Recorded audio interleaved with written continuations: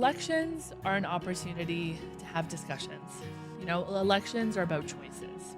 Again, right now we are in probably one of the most pivotal elections that we'll ever experience in Canada for the next couple of years, maybe even, within, the next decade. And so I think whatever anyone can do to just be more informed about what companies, what organizations, what communities are in people's backyards, what are the platforms that political leadership is actually putting out, like going a bit deeper, truly asking for more clarity, building just an awareness of where your local MP's office is and what are their top issues on the go. So, when you talk about focused, change and specific actions, I know that CCI recently made a list of 8 recommendations to the federal government to consider moving forward.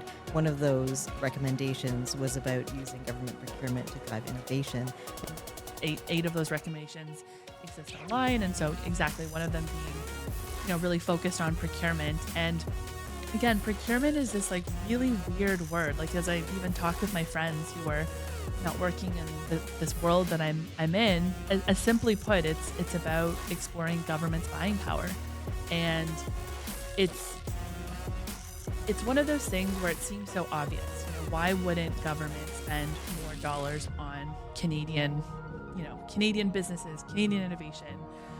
And I think we've come to a point in society where it just sometimes is easier to go with a certain company because they're being presented as a cheaper option, or they've been around for 10 plus years.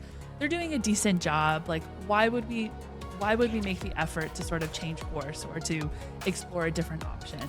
And, you do enough of this in different sectors, particularly when government does enough of this, you end up with what we're seeing more and more now is monopolistic tendencies. These big organizations just taking up entire ownership of particular sectors.